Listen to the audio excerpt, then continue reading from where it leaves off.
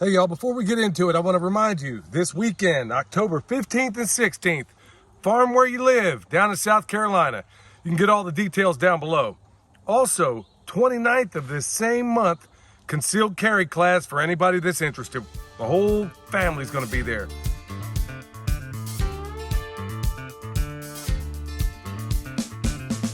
This is Perma Pastures farm in action, where permaculture is. All right, y'all, good day. Chicken tractor on steroids day. For those that are new to this, oh yeah, gotta look at the intrepid guard puppy. For those that are new to this is without a doubt the best chicken, compost, egg producing system on the planet, in my view. And I think I can make a pretty convincing argument for that.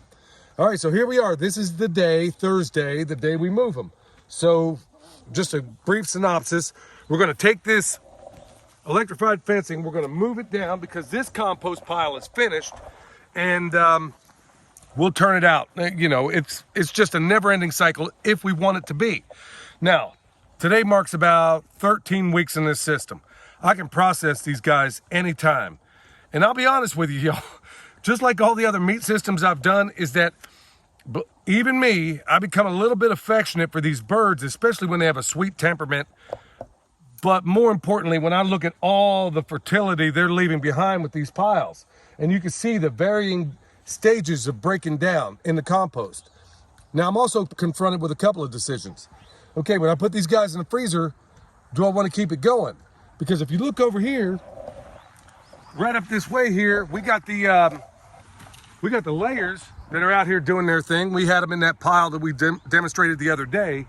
These guys are basically going through that pile, getting what little biota is left in there. Their egg production seems to be improved, and they're doing good all the way around. So that's where we are. We can keep this thing going indefinitely, but then we're also confronted with a couple of other things, like through the winter, through the colder months, there are some things that I have to get done. I'm writing a book, I'm doing all kinds of things, and I need that extra time to do it. So when you're at this stage, you got to be asking yourself, does it make more sense to go ahead and keep this thing running to get the compost, which is, in my opinion, gold, or do I need that time to do other things? Because frankly, we're moving from dawn till dusk every single day. I got to be honest with you. In light of the times, it seems to me that the fertility is more important than my time, than the extra time that I would typically have. So we're thinking long and hard. Even though we don't have the ideal number of birds right now, we are giving it a lot of thought about keeping this system going when we pull out the meat birds, and even might even take a couple of these people. Yeah, sorry, didn't mean to personify my food, but anyway, we might take some of these guys and gals, definitely not the guys, but some of the gals, and put them in with these guys just to get the numbers we need to really make this thing sing. So, another thing to point out too, take a look over in those woods. I mean, man, doesn't it look pretty? I mean, we got a lot of stuff that needs chopped up and everything, things that really need some attention over there, but besides its beauty, what else do you see? Leaves. Lots and lots of leaves. So that's also another awesome benefit where we can take those leaves and use it as our carbon source in the system, just like we did last year. Another thing to consider, because we're pretty good at this part of it, and that's taking other people's waste and using it in here. You know what the best part about this time of year, y'all, is that 99% of the people out there who don't engage in this kind of lifestyle are more than happy to pick those leaves up for you. They might even use their riding mower, have a bagger on it, mince it up really nice, and be able to put it right down in that compost cage. Or use it as bedding inside the tractor, or use it as bedding for any of your other animals. I can literally drive right down in the neighborhoods in the town, and I guarantee you I could get so many bags to make your head spin. And they are doing 99% of the work for you, y'all. Greg Judy 101, use other people's fertility and bring it back to your place. All right, with that said, it's time to go ahead. We're going to get this thing moving, drive on, and we'll talk afterwards.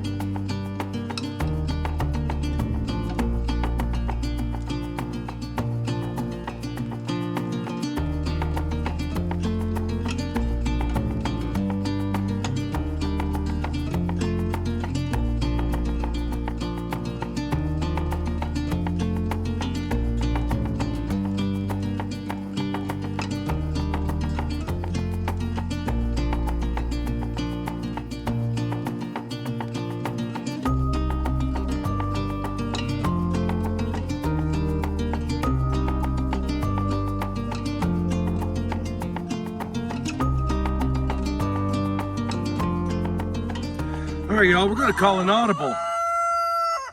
Right on cue. Okay, this is the pile that just turned out. And then just real briefly, take a look down here.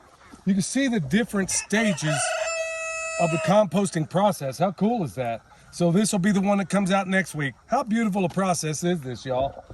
Plenty of meat, plenty of eggs, just, you know, all depending on what you want to do with it. And I think the more I think about it, to show how easily it can be done, I think we are going to go ahead and take our layers and stick them in this system.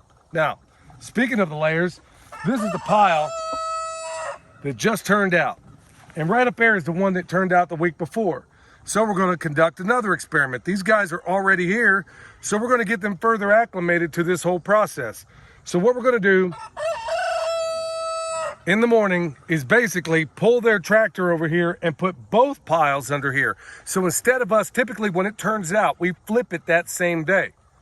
Why do any of that when these birds will do it for me? They just happen to be here anyway. So that's exactly what we're going to do. And I'm thinking maybe by next week, I think we're going to start seriously thinking about processing these guys, because I know when we get to week 16, the boys start tripping, and we don't want that.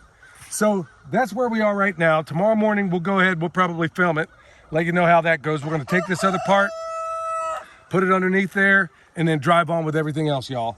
So just consider this.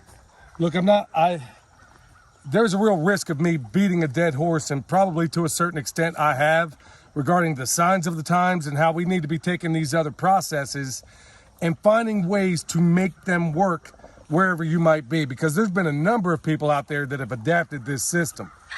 And from here on out, now that the leaves are down on the ground, next time I go to town, which hopefully ain't that often, I'll pick up everybody else's leaves and we'll start using them in this system. I'm not going to take them out. I'm not going to take the fertility out of my woods. Why do it when there's other people that will happily do it for me? So that's exactly where I'm going to go. All right, y'all. So just keep in mind, remember this weekend, 15th and 16th, we're going to be in South Carolina, Farm Where You Live. Then the following week, there's also going to be another festival. Ben and Denise over at Renewed Homestead are doing that. It's going to be a gathering out there in Burnsville, North Carolina, not far from where we live. Hope to see a lot of you there. Remember, you want to RSVP at renewedhomestead@gmail.com, and hopefully we see everybody there. Don't forget, end of the month, we're also going to have that concealed carry class for those that are interested. All right, you need anything else from us, bone sauce, comfrey, whatever the case may be, you know where to find it. Till next time, this is Billy from Perma Pastures Farm, where permaculture is my passion. Right here's the reasons why, y'all. We'll see you next time.